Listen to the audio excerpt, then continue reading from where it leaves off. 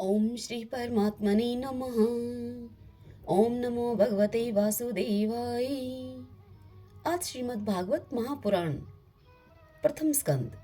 भगतजनों, आज हम श्रीमद् भागवत महापुराण से अध्याय 11 और 12 की पावन कथा सुनेंगे। आज की कथा में हम सब द्वारका में श्री कृष्ण का राजोचित स्वागत और परीक्षित का जन्म सुनेंगे। तो आइए अब कथा का श्रवण करते हैं।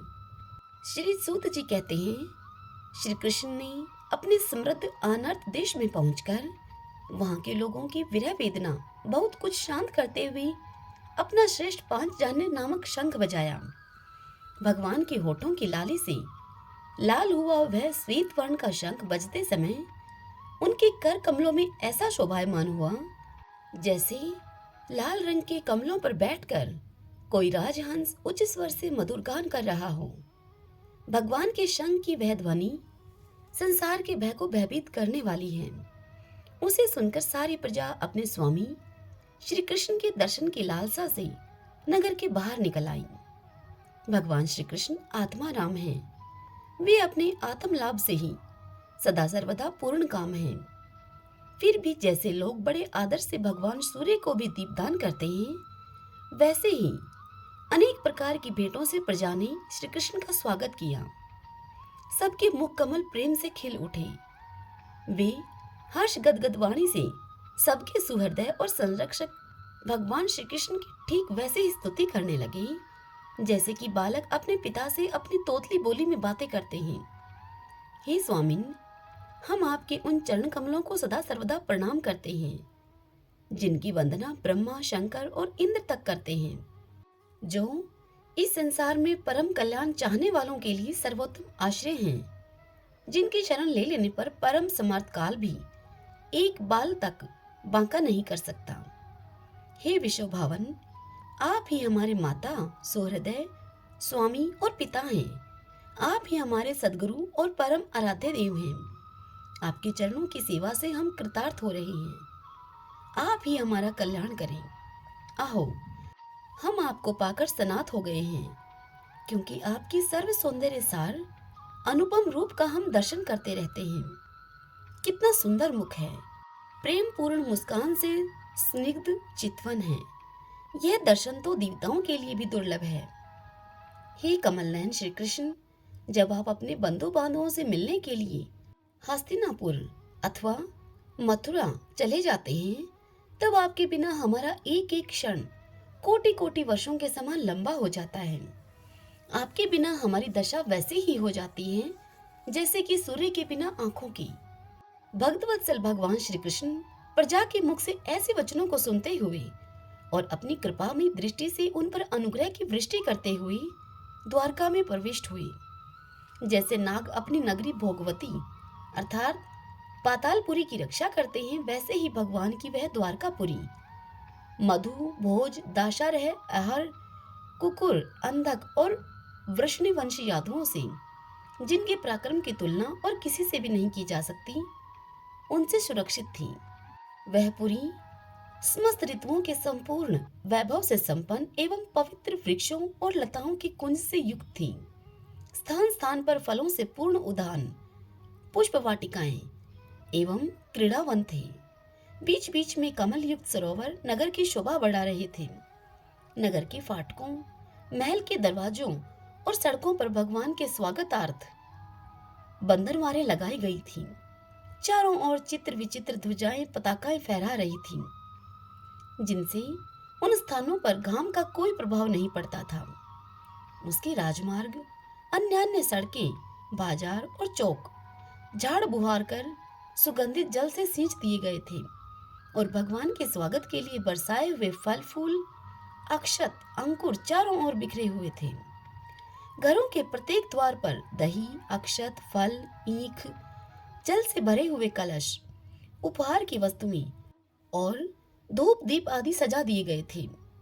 उदार शिरोमणि वसुदेव, अक्रूर, उग्रसेन, अद्भुत पराक्रमी बलराम, प्रद्युम्न, चारुदेशन और जामवंती नंदन सांब ने जब यह सुना कि हमारे प्रियतम भगवान श्री कृष्ण आ रहे हैं, तब उनके मन में इतना आनंद उमड़ा कि उन लोगों ने अपने सभी आवश्यक कार्य जैसे कि सोना, बैठना और भोजन आदि सब छोड़ दिए।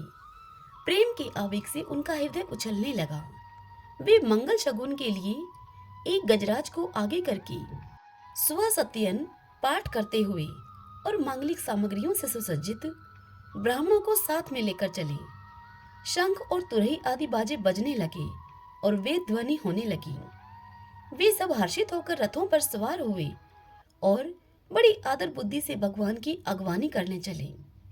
साथ ही भगवान श्री कृष्ण के दर्शन के लिए उत्सुक सैकड़ों श्रेष्ठ वीरांगनाएं, जिनके मुख कपोलों पर चमचमाते हुए कुंडलों की कांति पड़ने से बड़े सुंदर दिखते थे, पालकियों पर चढ़कर भगवान की अगवानी करने के लिए चले। बहुत से नट, नाचने वाले, गाने वाले, विरत बखान वाले, सूत, मागध और बंदीजन भगवान श्री कृष्ण के अद्भुत चरित्रों का गायन करते हुए चले। भगवान श्री कृष्ण ने बंधु बांधवों, नागरिकों और सेवकों से उनकी योग्यता के अनुसार अलग अलग मिलकर सबका सम्मान किया। किसी को सिर झुकाकर प्रणाम किया तो किसी को वाणी से अभिवादन किया, किसी को हृदय से लगाया, किसी से हाथ मिलाया, किसी की ओर देखकर मुस्कुरा भर दिए और किसी को केवल प्रेम भरी दृष्टि से देख लिया। जिसकी जो इच्छा थी उसे वही वरदान दिया। इस प्रकार चांडाल पर्यंत सबको संतुष्ट करके गुरुजन, सपत्नीक ब्राह्मण और वृद्धों का तथा दूसरे लोगों का भी आशीर्वाद ग्रहण करते हुए एवं वंदीजनों से विरदावली सुनते हुए प्रभु सबके साथ भगवान श्री कृष्ण ने नगर में प्रवेश किया। हे शौनक जी, जिस समय भगवान राजमार्ग से जा रहे थे उस समय द्वारका की कुल कामनियां भगवान के दर्शन को ही परमानंद मानकर अपनी अपनी अटारियों पर चढ़ गईं। भगवान का वक्षस्थल मूर्तिमान सौंदर्य लक्ष्मी का निवास स्थान है। उनका मुखारविंद नेत्रों के द्वारा पान करने के लिए सौंदर्य सुधा से भरा हुआ पात्र है। उनकी भुजाएं लोकपालों को भी शक्ति देने वाली हैं। उनके चरण कमल भक्त परमहंसों के आश्रय हैं। उनके अंग अंग शोभा के धाम हैं। भगवान की इस छवि को द्वारकावासी नित्य निरंतर निहारते रहते हैं, फिर भी उनकी आंखें एक क्षण के लिए भी तृप्त नहीं होती। द्वारका के राजपथ पर भगवान श्री कृष्ण के ऊपर श्वेत वर्ण का छत्र तना हुआ था। श्वेत चंवर डुलाए जा रहे थे। चारों ओर से पुष्पों की वर्षा हो रही थी। वे पीतांबर और वनमाला धारण किए हुए थे। इस समय वे ऐसे शोभायमान हुए मानो शाम मेघ एक ही साथ सूर्य, चंद्रमा, इंद्रधनुष और बिजली से शोभायमान हो। भगवान सबसे पहले अपने माता पिता के महल में गए। वहां उन्होंने बड़े आनंद से देवकी आदि सातों माताओं के चरणों पर अपना सिर रखकर प्रणाम किया और माताओं ने उन्हें अपने हृदय से लगाकर उन्हें गोद में बिठा लिया। स्नेह के कारण उनके स्तनों से दूध की धारा बहने लगी। उनका हृदय हर्ष से विवल हो गया और वे आनंद के आंसुओं से उनका अभिषेक करने लगी। माताओं से आज्ञा लेकर वे अपने समस्त भोग सामग्रियों से संपन्न सर्वश्रेष्ठ भवन में गए। उसमें 16,000 पत्नियों के अलग अलग महल थे। अपने प्राणनाथ भगवान श्री कृष्ण को बहुत दिन बाहर रहने के बाद घर आया हुआ देखकर रानियों के हृदय में बड़ा आनंद हुआ। उन्हें अपने निकट देखकर वे एकाएक ध्यान को छोड़कर उठ खड़ी हुई।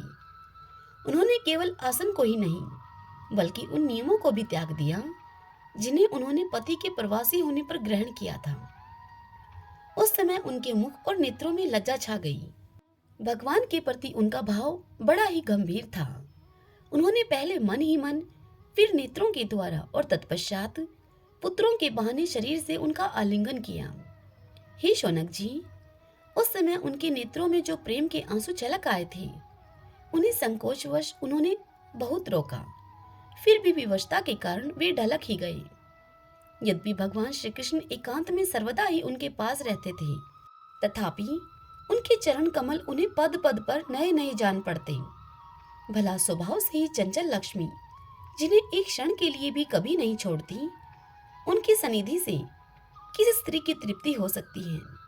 जैसे वायु बांसों के संघर्ष से दावानल पैदा करके उन्हें जला देती है, वैसे ही पृथ्वी के भारभूत और शक्तिशाली राजाओं में परस्पर फूट डालकर बिना शस्त्र ग्रहण किए ही भगवान श्री कृष्ण ने उन्हें कई अक्षौहिणी सेना के सहित एक दूसरे से मरवा डाला और उसके बाद आप भी उपराम हो गए।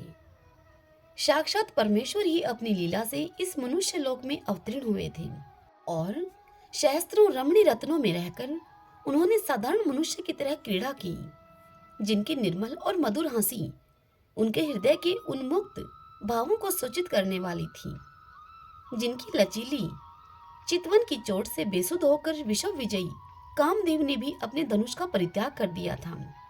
वे कमनीय कामनियां अपने काम विलासों से जिनके मन में तनिक भी शोभ नहीं पैदा कर सकी, उन असंग भगवान श्री कृष्ण को संसार के लोग अपने ही समान कर्म करते हुए देखकर आसक्त मनुष्य समझते हैं। यह उनकी मूर्खता है। यही तो भगवान की भगवता है कि वे प्रकृति में स्थित होकर भी उसके गुणों से कभी लिप्त नहीं होते। जैसे भगवान की शरणागत बुद्धि अपने में रहने वाले प्राकृत गुणों से लिप्त नहीं होती, वे मूढ़ स्त्रियां भी श्री कृष्ण को अपना एकांत सेवी स्त्री परायण भक्त ही समझ बैठी थी, क्योंकि वे अपने स्वामी के ऐश्वर्य को नहीं जानती थी। ठीक वैसे ही जैसे कि अहंकार की वृत्तियां ईश्वर को अपने धर्म से युक्त मानती हैं।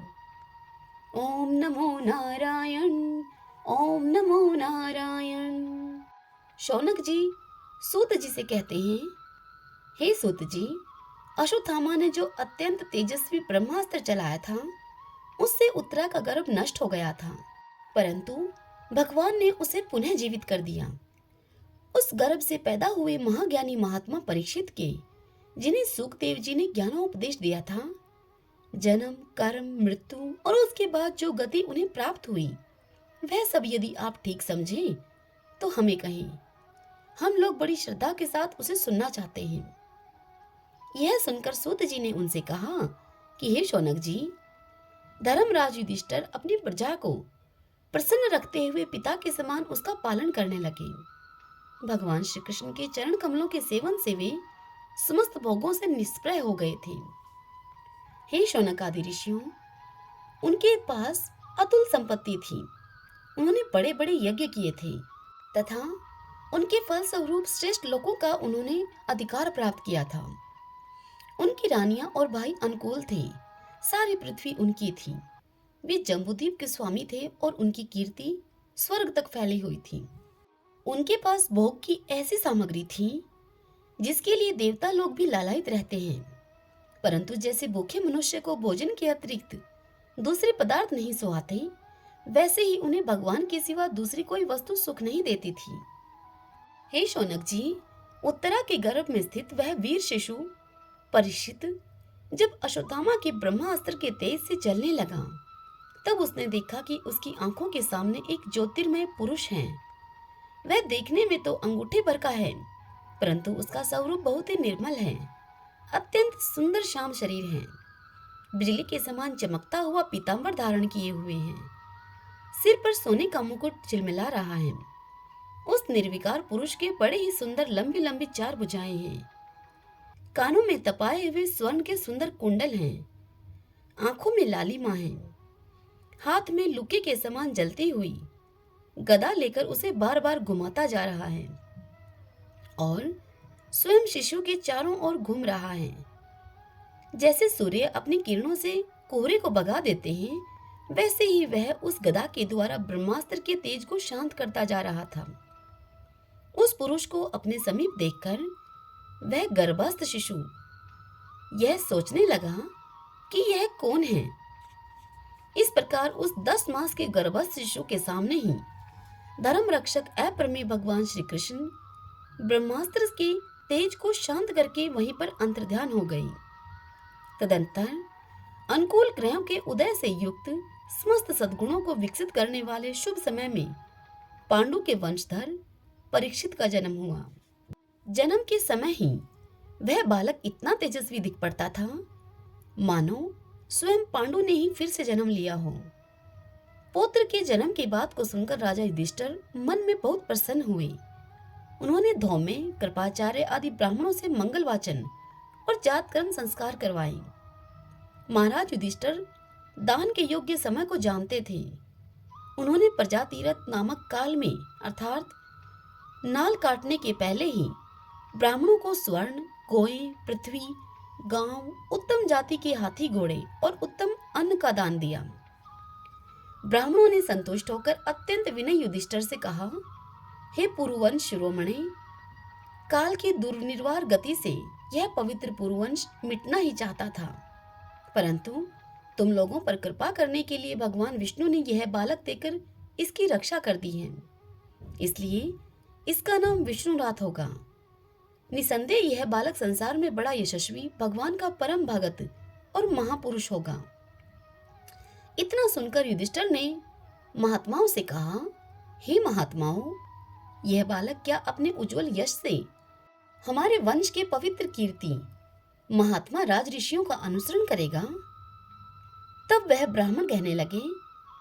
ब्राह्मणों ने युधिष्ठिर से कहा, हे धर्मराज, यह मनुपुत्र इक्ष्वाकु के समान अपनी प्रजा का पालन करेगा तथा दशरथ नंदन भगवान श्री राम के समान ब्राह्मण भगत और सत्य प्रतीक होगा। यह उशनर नरेश शिबी के समान दाता और शरणागत वत्सल होगा तथा याज्ञिकों में दुष्यंत के पुत्र भरत के समान अपने वंश का यश फैलाएगा। धुरंधरों में यह सहस्त्र बाहु अर्जुन और अपने दादा पार्थ के समान अग्रगण्य होगा। यह अग्नि के समान दुर्धर्ष और समुद्र के समान दुष्तर होगा। यह सिंह के समान पराक्रमी, हिमाचल की तरह आश्रय लेने योग्य, पृथ्वी के सदृश तितिक्षु और माता पिता के समान सहनशील होगा। इसमें पितामह ब्रह्मा के समान क्षमता रहेगी। भगवान शंकर की तरह यह कृपालु होगा और संपूर्ण प्राणियों को आश्रय देने में यह लक्ष्मीपति भगवान विष्णु के समान होगा। यह समस्त सद्गुणों की महिमा धारण करने में श्री कृष्ण का अनुयायी होगा। रंतिदेव के समान उदार होगा और ययाति के समान धार्मिक होगा।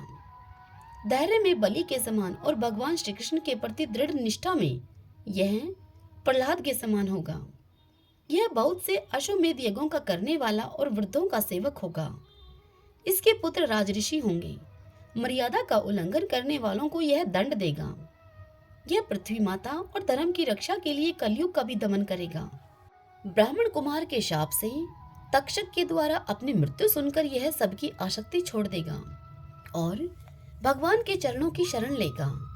हे राजन, व्यास नंदन शुकदेव जी से यह आत्मा के यथार्थ स्वरूप का ज्ञान प्राप्त करेगा और अंत में गंगा तट पर अपने शरीर को त्याग कर निश्चय ही अभय पद को प्राप्त करेगा। ज्योतिष शास्त्र के विशेषज्ञ ब्राह्मण राजा युधिष्ठिर को इस प्रकार बालक के जन्म लगन का फल बतलाकर और भेंट पूजा लेकर अपने अपने घर को चले गए। वही यह बालक संसार में परीक्षित के नाम से प्रसिद्ध हुआ, क्योंकि वह समर्थ बालक गर्भ में जिस पुरुष का दर्शन पा चुका था, उसका स्मरण करता हुआ लोगों में उसी की परीक्षा करता रहता था कि देखें इनमें से कौन सा वह है। जिस प्रकार शुक्ल पक्ष में दिन प्रतिदिन चंद्रमा अपनी कलाओं से पूर्ण होता हुआ बढ़ता है, वैसे ही वह राजकुमार भी अपने गुरुजनों के लालन पालन से कर्म से अनुदिन बढ़ता हुआ शीघ्र ही श्याना हो गया।